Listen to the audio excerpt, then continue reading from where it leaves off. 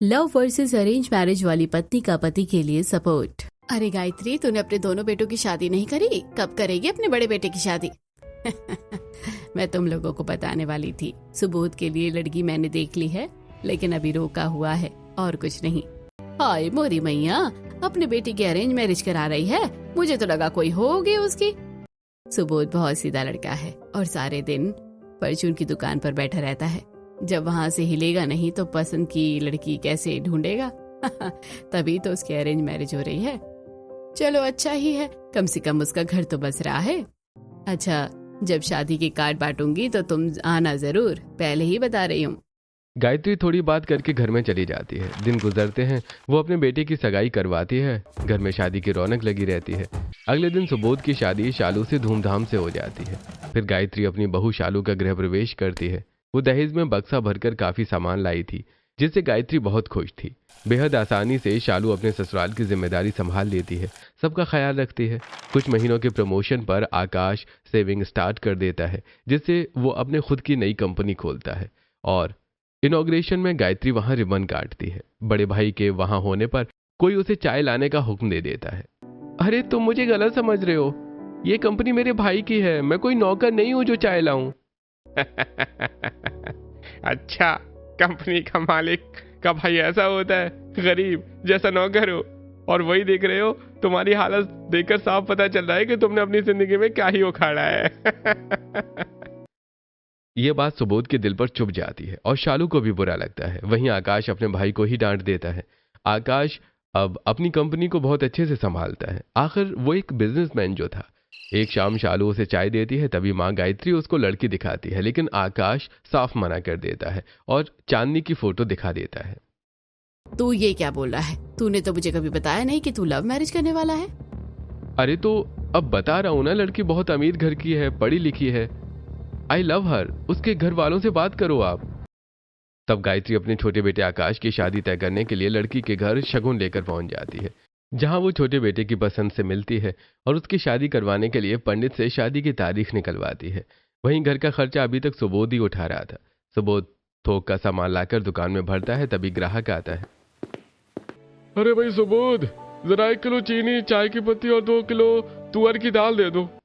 सुबोध ग्राहक का सामान निकाल कर दे देता है। भाई साहब 220 रुपए हो गए हैं। अरे मैं तो सिर्फ 100 रुपए लाया हूँ। ऐसा करो भाई, खाता में 120 रुपए का उधार सामान लिख दो, बाद में दे जाऊंगा। अरे भाई साहब, उधारी नहीं करता मैं। अरे यार, तुम तो ऐसे कर रहे हो जैसे हम मोहल्ले के नहीं है। तुम जानते तो हो, ले लेना पैसे, या फिर तुम्हें लिखना नहीं आ रहा है, गवार कहीं के। मेरा मतलब तुम कम पढ़े लिखे हो ना। ऐसा करो, अपनी बीवी को बुला लो, उसे लिखना आता होगा। यह बात शालू सुन लेती है और दुकान के अंदर जाकर, भाई साहब, कम से कम उनकी शराफत का फायदा तो मत उठाइए। उनकी दुकान पर आकर आप उनकी बेइज्जती कर रहे हैं और उधार भी सामान लेना है। ठीक है, आप कल पैसे दे जाना। सुबोध जी, आप उनके पैसे चढ़ा दीजिए बही खाता में। हाँ। तब सुबोध बही खाता में शंकर के उधारी का सामान लिख देता है, जिससे उसे अपने सवालों का जवाब मिल जाता है और चला जाता है। तब सुबोध, शालू तुमने गप बातें सुन ली? बस गर्मी की वजह से आपके लिए मैंगो लस्सी बनाकर लाई थी, तभी बात सुन ली। आपको कभी घबराने की जरूरत नहीं है, मैं हमेशा आपका साथ दूंगी।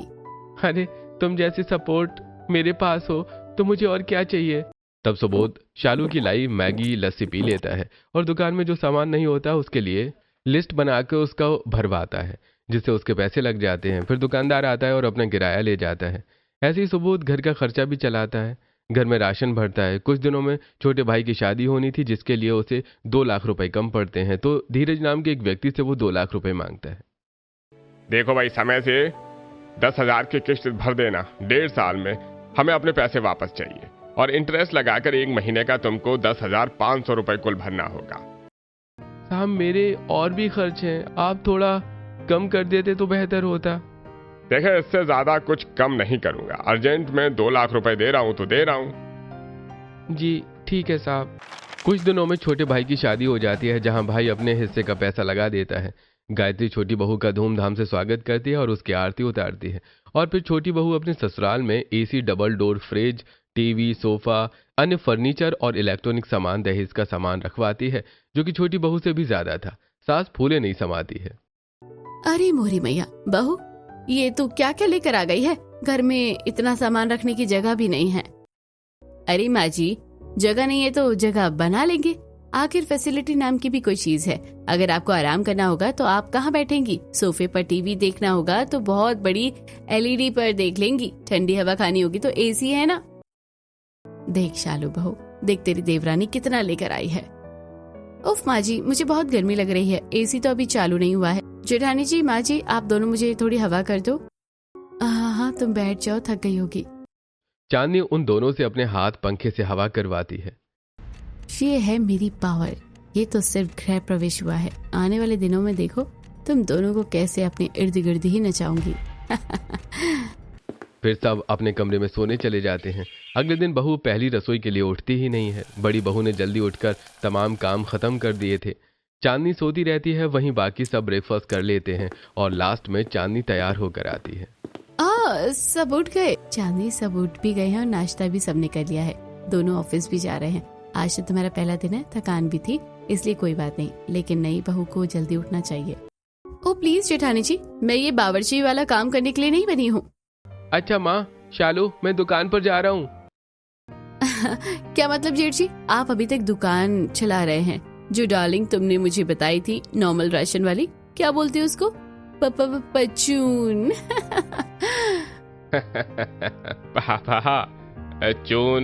परचून की दुकान बोलते हैं।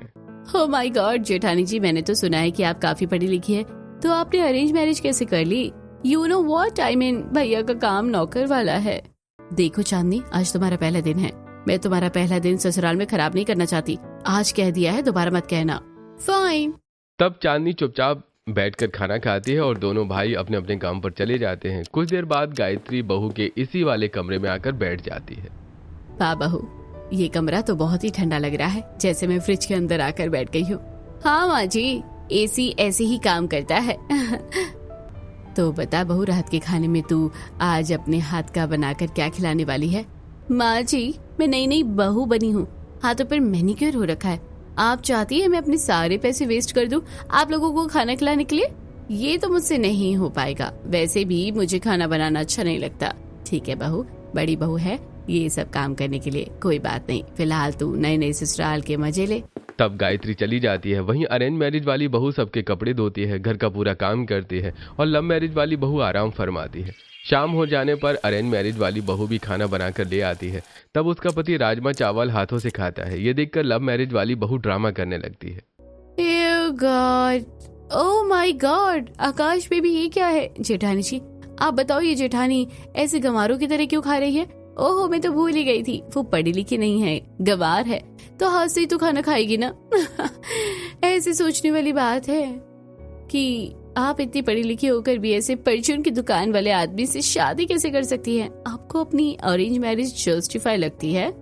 खबरदार चांदनी, इससे आगे मैं एक लफ्ज नहीं सुनूंगी उनके बारे में। वो मेरे पति परमेश्वर है और मुझे फर्क नहीं पड़ता कि वो पढ़े लिखे हैं या नहीं। हम अपनी अरेंज मैरिज में बहुत खुश है। दोबारा टोक रही हूँ, ऐसा मत करना। देखा माँ जी कैसे कितने प्यार से इनसे बात की, और ये मुझे कैसे कर रही है। अगर मेरी सौत इस घर में ऐसा हुआ तो मैं नहीं रहूंगी।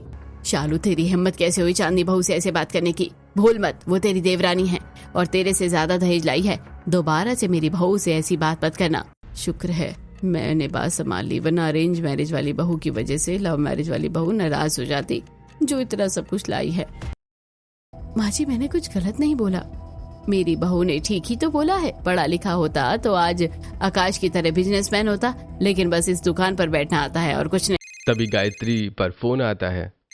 हाँ आकांक्षा बहन जी, अच्छा आप कल आने वाले हो ना? हाँ आ जाइए, अभी मेरी बहू पग फेरे के लिए जा रही है।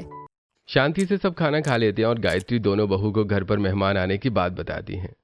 देखिए माँ जी, जेठानी जी जो बना देंगी मैं उसे सर्व कर दूंगी। ओके, घर के काम वाम मेरे से नहीं होने वाले। हाँ बहू तो चिंता मत कर, शालू बहू सारा इंतजाम देख लेगी। हाँ माँ जी मैं कर लूंगी। सबके खाना खाने के बाद शालू सारे झूठे बर्तन साफ करके अपने कमरे में आती है। तब सुबोध उसका हाथ पकड़कर, शालू तुमने सुबह भी मेरे लिए स्टैंड लिया और शाम को भी, और उस वक्त दुकान पर भी। देखो मैं हूं ही नौकर जैसा, गवार, अनपढ़, इस वजह से तुम्हें भी सुनने को मिल रहा है। तुम क्यों मेरा सहारा बनती हो? लोग जो बोलते हैं उन्हें कहने दिया करो। क्यों कहने दूं सुबोध जी, आप ये सब सुनना डिजर्व नहीं करते। शादी को इतना टाइम हो गया है कि मुझे पता है कि आप कितने जिम्मेदार हैं। कब से आप ये सब संभाल रहे हैं। चलो आराम करो, मेरी फिक्र मत करो। अगले दिन भी चांदनी जल्दी नहीं उठती, जबकि शालू जल्दी उठकर घर की पूजा का सारा सामान, सारा खाना तैयार कर देती है। कुछ देर बाद मेहमान आ जाते हैं, तब शालू नाश्ता लेकर जा ही रही होती है। इतने में चांदनी उसके हाथ से ट्रे लेकर खुद चली जाती है। दीदी, आगे का काम मेरा है। चांदनी संस्कारी बहू बनकर उनके सामने जाती है और नाश्ता परोसती है। बुआ जी, फूफा जी, ये लीजिए कोल्ड ड्रिंक और स्नैक्स। वाह वाह, हम आई नहीं, कितनी जल्दी कोल्ड ड्रिंक स्नैक्स भी ले आई नई बहू। हाँ बहन जी, मेरी बहू है ही ऐसी। ये देखिए, बड़ी बहू भी आ गई। नमस्ते बुआ जी, गर्मा गर्म टिक्की खाइए। अरे नमस्ते बुआ जी, फूफा जी, मेरे पास टाइम नहीं है, दुकान खोलने का समय हो गया है, अब मैं चलता हूँ। ये क्या बात हुई बेटा, हम अभी आए और तुम जा रहे हो। खैर, दुकान करने भी जरूरी है, आखिर इसके अलावा तुम्हें आता ही क्या है। अरे शालू बहू, तू तो पढ़ी लिखी है ना, ग्रेजुएशन करी है। आय हाय, हमारा लड़का तो पढ़ा लिखा नहीं है। तुझे ये बात पता होगी तो तूने शादी क्यों की? मुझे तो डर है सुबोध, कहीं तेरी बीवी अरेंज मैरिज ना तोड़ दे, क्योंकि तेरे छोटे भाई और उसकी बीवी ने तो सब जानने के बाद लव मैरिज की है। वो कितना बड़ा बिजनेसमैन भी है, लेकिन तू वहीं का वहीं, दो पैसों का दुकानदार। अब बोलिए दीदी, यही बात तो मैं बोल देती हूँ तो बुरा लगता है। अरे बुआ जी, इसलिए मैं उनकी इज्जत करती हूँ, लेकिन जेठ जी तो हैं ही गवार। कम से कम मैंने अपने पति को सपोर्ट किया शादी से पहले भी, तब जाकर वो इतना बड़ा बिजनेस कर पाए हैं। लेकिन ये क्या ही सपोर्ट कर रही है भाई साहब को। बुआ जी, मैं भी अपने पति को सपोर्ट करती हूँ और वो जैसे भी है मुझे मंजूर है। मुझे फर्क नहीं पड़ता वो अपनी दुकान से 2 पैसे कमाए या 4 पैसे। सुबोध जी, ग्राहक आ गए होंगे, आप जाइए। शालू अपने पति को सबके सामने सपोर्ट करके उनका मुंह बंद कर देती है और सुबह दुकान पर चला जाता है सुबोध।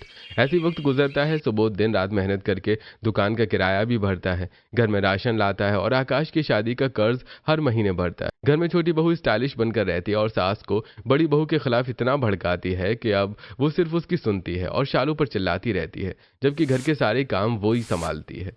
एक शाम घर आकर, माँ, मेरी 2 न्यू प्रोजेक्ट में बढ़ोतरी हुई है और इन्वेस्टर ने काफी पैसा भी लगाया है। और आपको तो पता है मेरा बिजनेस भी कितनी जल्दी ग्रो कर गया है। मैं किसी को अपनी सक्सेस पार्टी नहीं दी, इसलिए मैं कल घर पर एक पार्टी रख रहा हूँ। सच में बेटा, ये तो बहुत अच्छी बात है। देखा माँ जी, मेरे सपोर्ट की वजह से मेरे पति कितना आगे जा रहे हैं। ऐसे ही बच्चे हमेशा और आगे काम करना। अच्छा, मुझे कल के लिए बहुत अच्छी ड्रेस लेकर आनी है, जरा मुझे 10 लाख तो दो।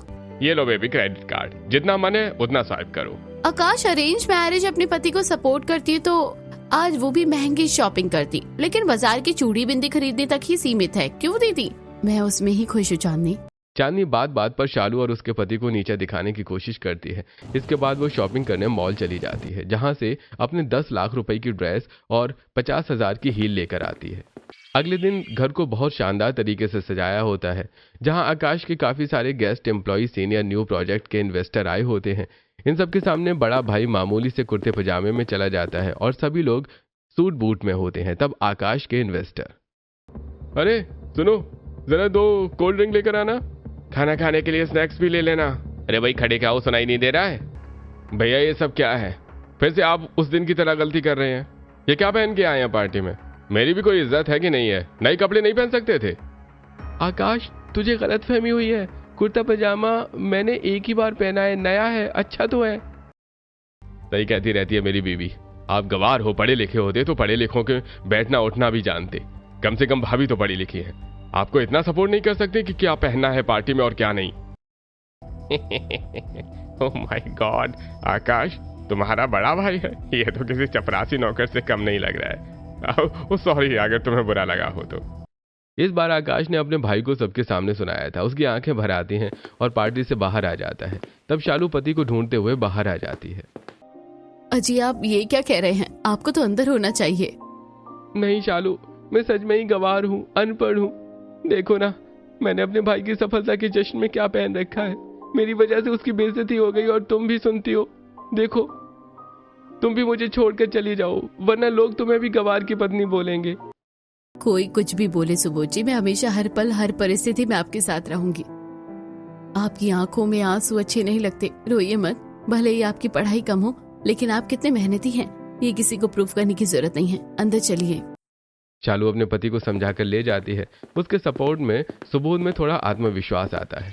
अगली सुबह आकाश ऑफिस जा रहा था। अपनी पत्नी से फाइल इंपॉर्टेंट पेपर्स मांगता है तो चांदनी टेबल पर रख देती है। उसी वक्त सुबोध भी लिफाफे बनाने के लिए कागज मांगता है। तब शालू काम करते करते उसी टेबल पर कागज रख देती है और जल्दबाजी में सुबोध अपने भाई के इंपॉर्टेंट पेपर्स ले जाता है। जब आकाश को यह पता चलता है तब तक दुकान पर उसी कागज से सुबोध लिफाफे बना देता है। तब गुस्से में आकाश अपने भाई को बहुत सुनाता है जिससे वहां पर भीड़ लग जाती है।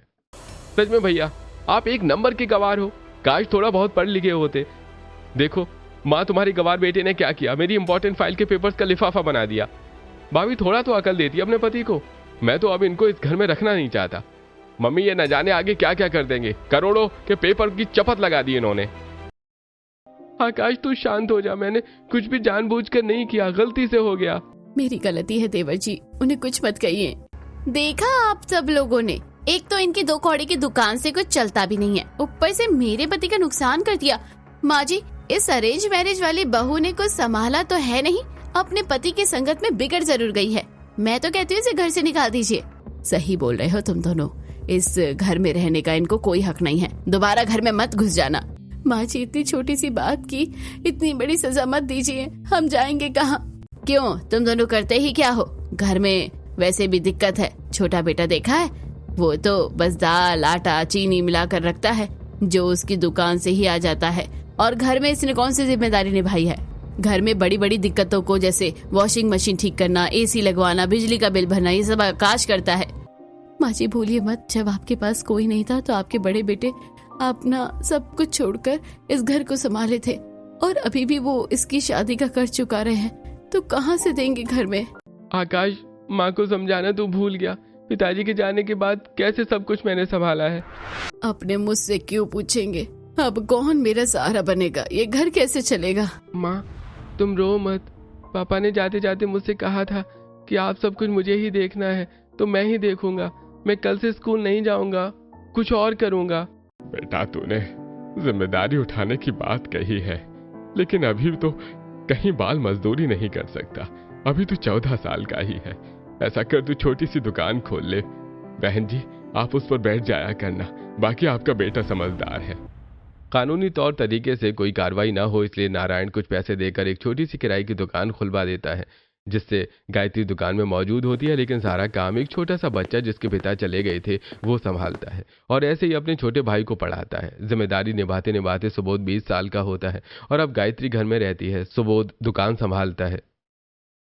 भाई मुझे पढ़ने के लिए बाहर के शहर में जाना है, इंजीनियरिंग करनी है, 3 लाख रुपए की जरूरत है। चिंता मत कर, तेरा भाई है ना, मैं तेरे लिए पैसों का इंतजाम करूंगा। सुबोध ने बचपन से ही धीरे धीरे 2-2.5 लाख रुपए जमा कर रखे थे जो वो अपने भाई की पढ़ाई में लगा देता है और आकाश शहर पढ़ने चला जाता है, जिसके बाद अच्छी कंपनी में काम करके प्रमोशन हासिल करता है।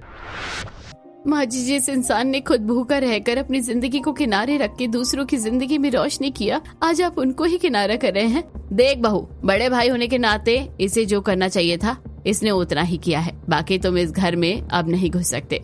बताओ बताओ, इतना कौन गवार होता है? क्या भाई के इंपॉर्टेंट पेपर का लिफाफा बना ले? सही है, तभी ये आज तक नौकर बना हुआ है और छोटा भाई बिजनेसमैन बन गया है। वही तो। दोनों को घर वालों के अपने इस डिसीजन से बहुत बड़ा झटका लगता है। घर से उनका सारा सामान निकाल दिया जाता है जिसे वो दुकान में लेकर आ जाते हैं और 2 दिन तक दुकान में ही रहते हैं। जैसे ही मालिक को पता चलता है, ए सुबोध, मैंने ये दुकान चलाने के लिए दी थी, इसमें बसने के लिए नहीं, और अब मैं इसका किराया बढ़ा रहा हूँ। जी सेठ जी, जैसे ही रहने का एक अलग कमरा मिल जाएगा हम चले जाएंगे। इतना कहकर सेठ चला जाता है। वहीं धूप में शालू परेशान होकर कमरा देखना चाहती है, तब उसे छोटा कमरा मिल जाता है। शालू एडवांस पैसे देकर कमरे की सफाई करके अपना सामान रखती है और सुबोध दुकान संभालता है। काफी बेइज्जती हो जाने से सुबह के ग्राहक टूट जाते हैं जिससे उसका खर्चा नहीं चल पाता और फिर धीरज नाम का लेनदार उसके पास आता है। और भाई कब तक तू हमें छोटी सी दुकान के नाम पर पागल बनाता रहेगा? तूने बोला था कि 8 महीने में ही हमें 2 लाख रुपए लौटा देगा। अभी तक तूने 2 लाख रुपए नहीं दिए। पिछले 2 महीने से कम पैसे दे रहा है और इस महीने तो तूने शक्ल नहीं दिखाई, ना इंटरेस्ट दिया। वो साहब जी, थोड़ी स्थिति बिगड़ गई है इसलिए अगले महीने तक पैसे चुका दूंगा। दुकान अच्छी नहीं चल रही है। अरे ये सब मैं नहीं जानता। जितना लेट करेगा 500 रुपए का ब्याज लगता रहेगा। इतना कहकर लेनदार चला जाता है। दरअसल उसने भाई की शादी के लिए जो कर्ज लिया था उसी के पैसे थे। रात को खाना खिलाने के बाद शालू अपने पति के सामने कॉपी पेन रखती है। सुबोध जी, वक्त आ गया है कि अब आप सब लोगों की बोलती बंद कर दे, फिर आपको कोई भी अनपढ़ नहीं कहेगा। दिन में हम दोनों मेहनत करेंगे, रात को आपको पढ़ाई करनी है। नहीं शालू, मुझे नहीं लगता मैं 5वीं पास अब कुछ कर सकता हूँ। सुबोध जी, मैं आपका सपोर्ट सिस्टम हूँ और मुझे आप पर पूरा भरोसा है, जरूर करेंगे। तब शालू अपने पति को पढ़ाना शुरू करती है। दिन में दोनों साथ मिलकर दुकान संभालते हैं और रात में शालू उसको पढ़ाती है।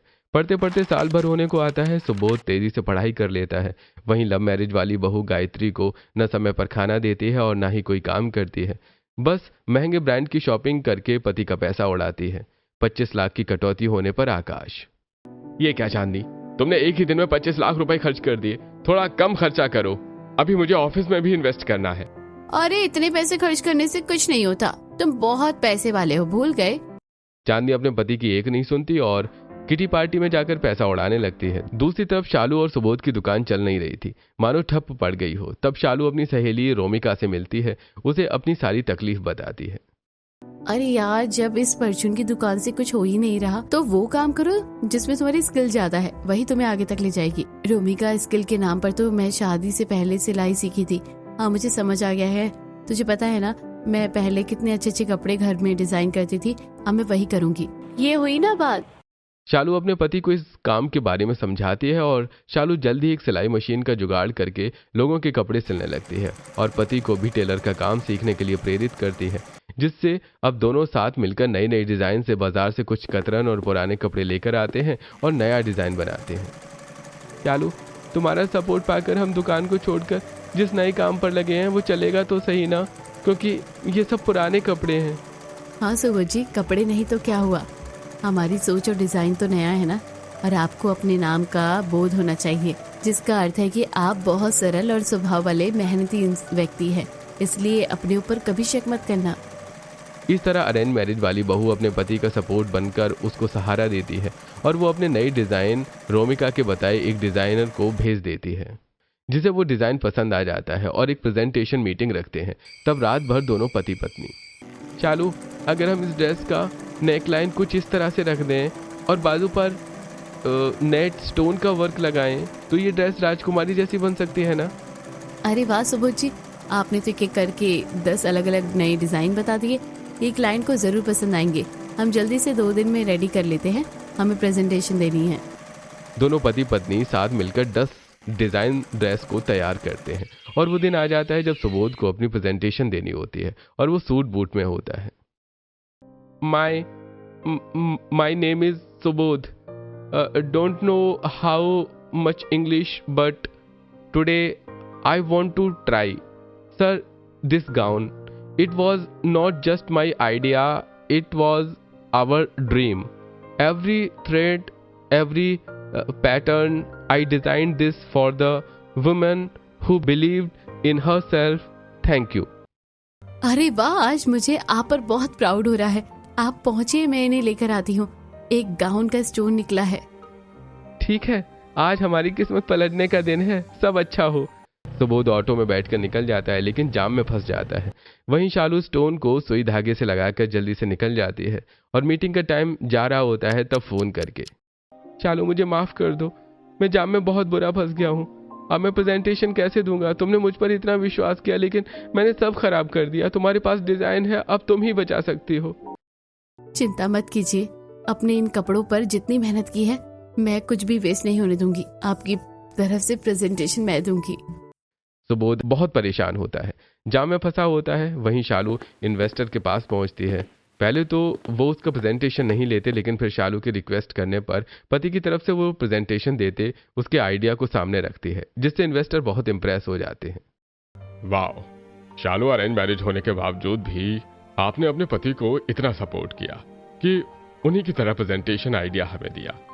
आपकी ये डिजाइन बहुत पसंद है और अब से आप हमारे साथ हैं। हम आपको अपने फैशन स्टूडियो में शामिल करते हैं जिसके ओनर आप हैं और आप आगे के स्टूडेंट्स को न्यू डिजाइन्स के लिए प्रिपेयर करेंगे और हमें न्यू डिजाइनर आउटफिट भी देंगे। Thank Thank you so much for giving us this golden opportunity. We will not break your trust.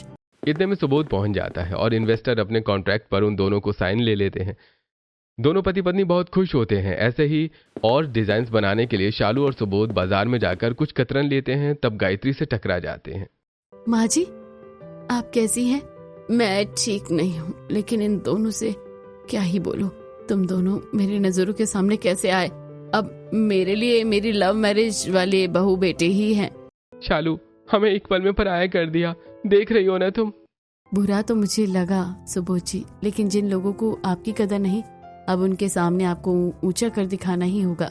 चलिए, हमें स्टूडियो भी जाना है आज से। दोनों पति पत्नी स्टूडियो जाते हैं, जहां बहुत सारे न्यू फैशन स्टूडेंट्स उनकी ट्रेनिंग का वेट करते हैं। फिर दोनों नई नई डिजाइन के बारे में उन्हें सिखाते हैं। I hope everyone understand this. Still if you people do not understand anything, then you can ask me again and always think unique. आप तो बहुत बदल गए हैं सुबोध जी। वहीं लव मैरिज वाली बहू अपने पति को सपोर्ट तो छोड़ो, उसका पैसा डुबोने में आजकल काफी मशरूफ थी। कभी ब्रांडेड 50 लाख की शॉपिंग करती, तो कभी पति को किटी पार्टी में ले जाकर 1.5-2 लाख रुपए ऐसे ही लगा देती, जिसके हार जाने पर पति मना करता है तो वो उसकी बेइज्जती कर देती है। Are you mad, Akash? Why are you refusing me money in front of my friends? Are you poor like your unpad brother? ठीक है, ले लो। चांदनी अपने पति को शर्मिंदा कर देती है। कुछ दिनों बाद वो शेयर मार्केट में 50,000 रुपए लगाती है, जिसके डबल हो जाने पर खुश होती है और फिर अपनी सारी 2 करोड़ की सेविंग्स लगाने को कहती है। तब आकाश, चांदनी, तुम्हारा दिमाग खराब है। मेरे सालों की कमाई को तुम ऐसे शेयर मार्केट में नहीं लगा सकती। पैसा डूब गया तो। हाँ बहू, ये ठीक नहीं है, इससे उसका बिजनेस भी चलता है। आप लोग डरो मत, जैसे पहले हुआ है 2 करोड़ का 4 करोड़ हो जाएगा। बिना कुछ सोचे समझे चांदनी अपने पति के सारे पैसे को शेयर मार्केट में लगा देती है। थोड़ा दिन बस स्टॉप गिर जाने पर आकाश को बहुत बड़ा झटका लगता है, क्योंकि उसके सारे पैसे डूब गए होते हैं। दोनों पति पत्नी में दरार आ जाती है और आकाश को अपनी कंपनी में पैसा लगाना होता है। तब चांदनी के कहने पर ही घर को गिरवी रखकर आकाश वो पैसे कंपनी में लगा देता है, लेकिन वहां भी प्रोजेक्ट डूब जाता है, जिसके बाद उन्हें घर से भी निकाल दिया जाता है। मिल गई चांदनी तुम्हें खुशी, कर लिया पैसे डबल। हमेशा लालच बुरी बला होती है, और देखो तुम्हारा दूसरे आइडिया ने हमें घर से रास्ते पर ले आए। अब क्या करें, बिजनेस घर कुछ नहीं बचा। मुझे कुछ मत बोलो, अगर तुम्हारे पास फूटी कौड़ी नहीं है तो मैं तुम्हारे साथ ऐसे नहीं रह सकती। माँ बेटा अपना रहो, मैं अपने घर चली। अगर 5 महीने में तुम लोगों ने कुछ नहीं किया तो डिवोर्स के लिए तैयार रहना, क्योंकि ऐसे तो मैं अपनी जिंदगी बर्बाद नहीं कर सकती। बहू, तूने तो मेरे बेटे से लव मैरिज करी थी, तुझे उसका सपोर्ट बनना चाहिए था। ऐसे टाइम पर तू उसे अकेला छोड़कर जा रही है, हम कैसे रहेंगे? तू अपने घर वालों से मदद मांग ले, तू तो पैसे वाली है। पैसे वाली हूँ तो क्या गरीबों को दान करती फिरूंगी? इसके बाद में चांदनी उन दोनों को छोड़कर चली जाती है। आकाश किसी तरह जुगाड़ करके किराए का कमरा लेता है और सब कुछ ठीक करने की कोशिश करता है। और वहीं अरेंज मैरिज वाली बहू महीने भर में अपने पति का सपोर्ट बनकर इतनी तरक्की कर लेती है कि उनके महंगे महंगे डिजाइन अब सेलिब्रिटी लोग पहनते हैं और करोड़ों में बिकते हैं, जिससे वो भी अमीर हो जाते हैं और अपना नया बंगला खरीदते हैं। चालू, ये पेपर्स पढ़ो और ये चाबी भी लो। ये सब क्या है जी? वही जो तुमने मुझे दिया था। जो भी कुछ हमारे नसीब में है वो तुम्हारी सपोर्ट के बिना तो नहीं हो पाता, इसलिए अगर तुम्हारा नाम पर है, और ये तुम्हारी पर्सनल गाड़ी की चाबी। आप बार बार ऐसा मत बोलो, जो भी हुआ है आपकी मेहनत की वजह से हुआ है। हाँ, थोड़ा सहारा तो बनता है। 5 महीने बीत जाते हैं, आकाश के हालात ठीक नहीं होते, तो चांदनी उसे डिवोर्स लेकर हमेशा के लिए उसे छोड़ देती है। तब माँ बेटे दोनों को अपनी गलती का एहसास होता है और अरेंज मैरिज वाली बहू बेटे के कामयाबी की खबर अखबारों में आने लगती है। ये देखकर गायत्री की आंखों से आंसू निकल आते हैं और उसी वक्त सुबोध और शालू को उनकी बुरी स्थिति के बारे में पता चलता है, तो किसी तरह से पूछकर उनके किराए के कमरे पर पहुंचते हैं। माँ, आकाश, आप दोनों ने अपनी क्या हालत बना ली है? मुझे इसके फ्रेंड से पता चला बनी बनाई कंपनी डूब गई और घर भी बिक गया। कैसे? और चांदनी कहाँ है? हाँ माँ जी, बताइए ना। वो तो हम सबको इस हाल में छोड़कर और बर्बाद करके चली गई। भैया, आज मुझे खुद पर बहुत तरस आ रहा है। हमेशा मैं आपका और भाभी का, आपके अरेंज मैरिज का मजाक उड़ाया और चांदनी ने भी ऐसा ही किया, लेकिन अरेंज मैरिज होने के बावजूद भी भाभी ने आपको सपोर्ट किया। आज आप इतने बड़े डिजाइनर में गिने जाते हो। जहां पहले आपको कुछ भी नहीं आता था, वहीं चांदनी मेरा सपोर्ट तोड़कर मुझे हर जगह बर्बाद करके अकेला छोड़कर हमेशा के लिए डिवोर्स देकर चली गई। मुझे माफ कर दो भैया, भाभी, मुझे माफ कर दो। माफ कर देना बेटा, ना मैंने तुझे समझा और ना ही अपनी बहू को। ना उसने हमें कभी खुश रखा और ना कभी संभाल सकी, जबकि शालू तू कितना कुछ करती थी, टाइम पर दवाई, टाइम पर खाना। माँ जी कहते हैं ना, वक्त का पहिया जब घूमता है तो अपनी तरफ भी आता है। आप लोगों ने एक टाइम पर हमारी शादी पर और सुबोध जी पर बहुत सवाल उठाए, लेकिन मैं हमेशा उनका सपोर्ट बनी रही। और चांदनी ने क्या किया, फिर जाने दीजिए। आप दोनों को अपनी गलती का एहसास हो रहा है, यही बहुत है। मैं आप दोनों की ऐसी स्थिति में नहीं देख सकता, इसलिए हमारे साथ हमारे घर में रहने चलिए।